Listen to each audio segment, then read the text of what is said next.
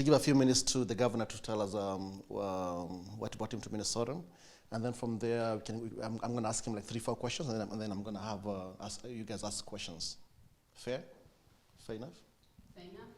Governor, we give you 3-4 minutes to... Okay, just to explain why I'm here.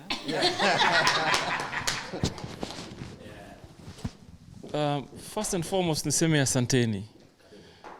Na niseme nimejifunza adabu sasa. Initially when I had arrived, sikuwa na mawazo kwamba kuna ndugu zetu hapa ambaye tungekutana nao. I met a few brothers and sisters from back home. Lakini it's been our practice. When we visit a city, we try as much as we can to interact with Kenyans living in that city for simple reasons that at least we take home some information. And I can tell you when I was in Germany, just before Huduma number, I was invited in a forum ambayo kulikuwa na Wakenya wengi tu, and everybody was telling me, Governor, how can we be told to actually board a flight to go home to register for Huduma? Luckily that night when I left that forum, went to my hotel, sasa mambo ya handshake iko. Kipiga simu president akapokea. Kamwambia sasa mimi nimeona wa Kenya na wamenipatia this message. 2 days later they made an announcement that embassy officials will be trained to be able to do this, which therefore means that tukizungumza kama kuna ujumbe tukipeleka nyumbani, sometimes things can change. Now we're here with my lean team in Minnesota to do 2 things. About 5 years ago, I was elected to be mwenyekiti wa kitu naitwa Strong Cities Network. And that group was focused on matters extremism. So we're looking at CVE and PVE. So over the period, tukawa tumetembea many continents. We went to Australia, we went to Europe, we did Africa, we did here, and many other places, and Arabuni. Tukajifunza, mimi nikajifunza kwamba the wisdom ya kufanya hivyo was as a result, as people realizing that if you want to deal with government to government, sometimes there's a lot of bureaucracy. So they changed the strategy, wakaenda city to city. Ndio sisi sasa kama Mombasa, we then realized that it is important we create a department pale kwa gavana ambayo tunaita city diplomacy. City diplomacy kazi yake ni to build relationships with other cities. Sasa juzi tulikaa tukasema, we've been around the world, but we needed kidogo to do a bit of homework, tuangalie within the continent tuko na ancient connection hata za kibiashara. So we are now building a coalition of African cities. 11 hivi. And then we picked a few cities in Europe, and we want to pick one in America. That is why we ended up in Minnesota. Because we were told there's so many of us here, even getting to get things done, it becomes easier. So we came here to meet the leadership, to meet business players, so that we can tell them of the opportunities back home and invite them to join us in the coalition. So we have 10 or 11 African cities. We have a city in Norway. It's called Christian Sand. And now we want to join with Minnesota because of their background, because of their economy, because of their experience. And what's most important for us is that there's many of us here.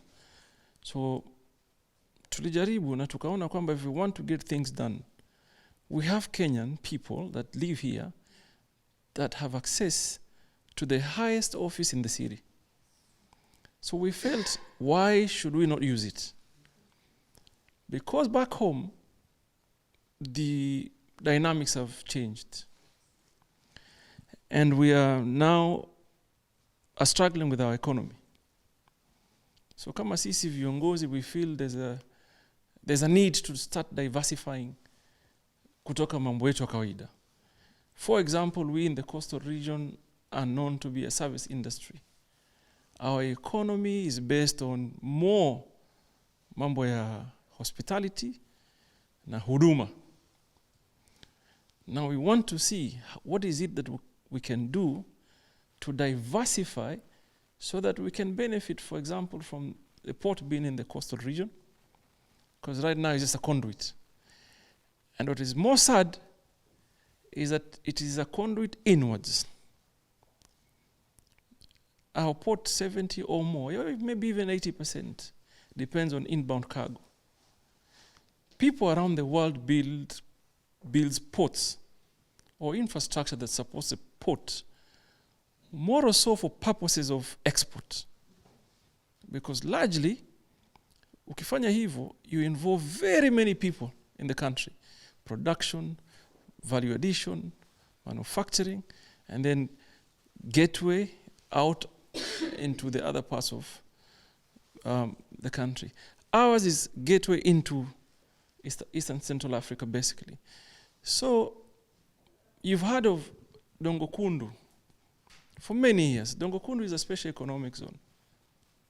Sasa hivi, the national government has put in money to do the infrastructure. But once we complete that, we would have, we'd be landowners. But we need tenants. We need business people.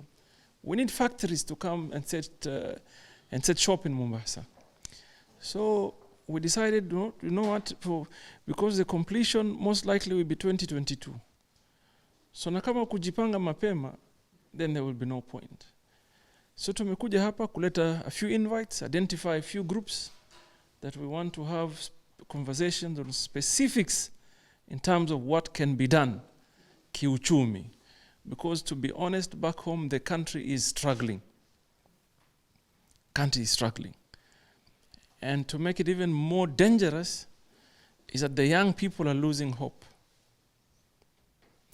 And they are becoming angry. They say to us now as leaders what they never used to say to us. Mambo ambao walikuwa hawayasemi zamani, now they say it. Wale leaders ambao wanataka kukaa kwa darkness, they only ask themselves, or they ask the young people, what gives you the audacity to speak to me like this? But the fact of the matter is, they are getting tired. They have no hope.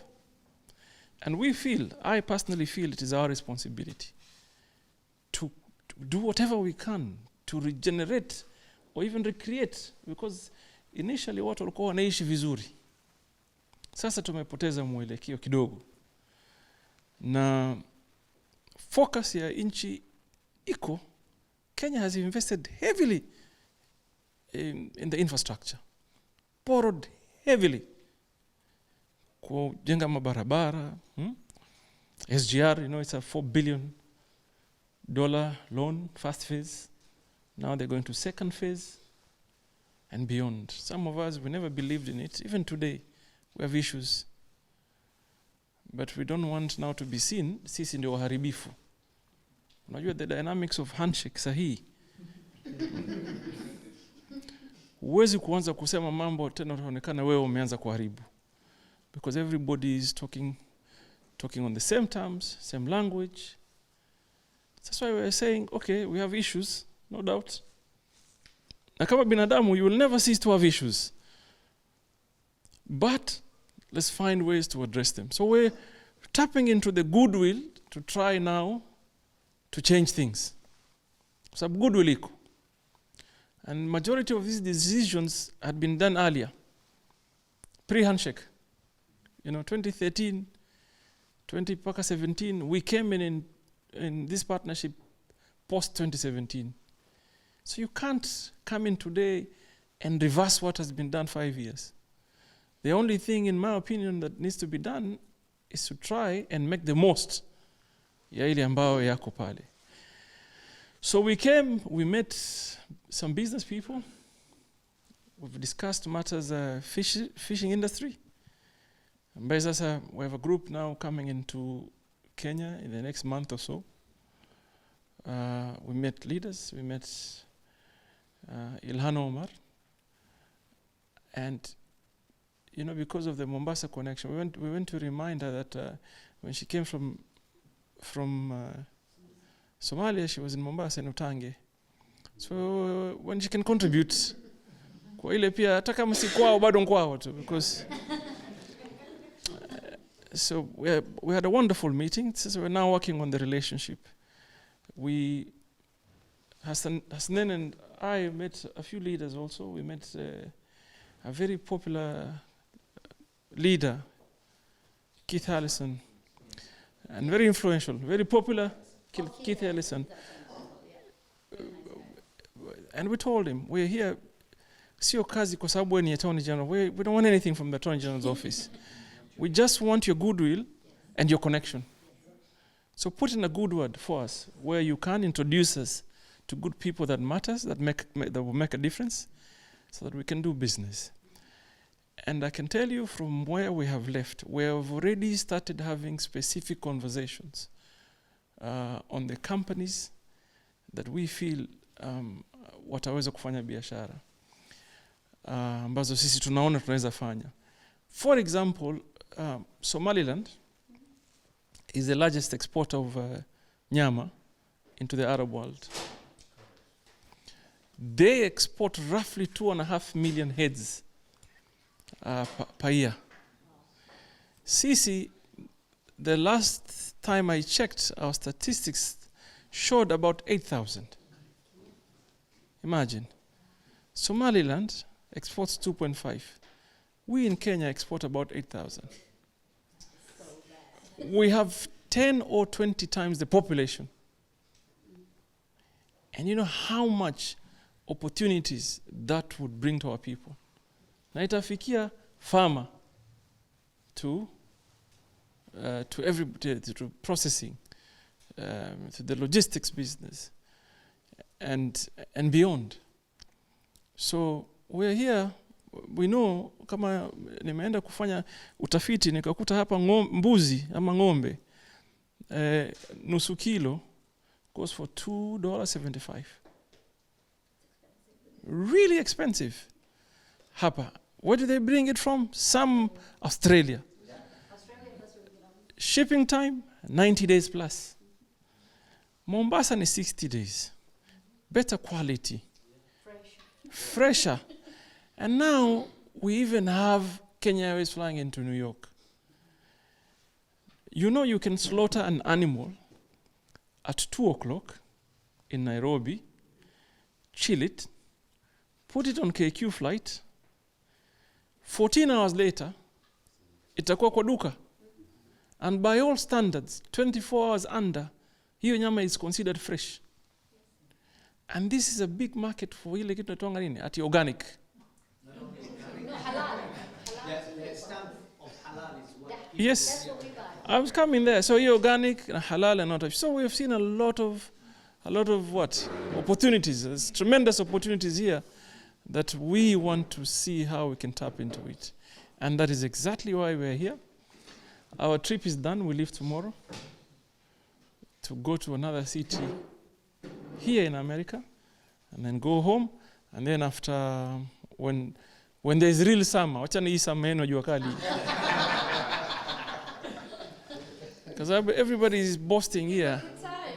Everybody is boasting here. It's a good time. It is. We're very blessed. How can it be good time? Hapo nje ni barafu ile. Ile tu. We have worse than that.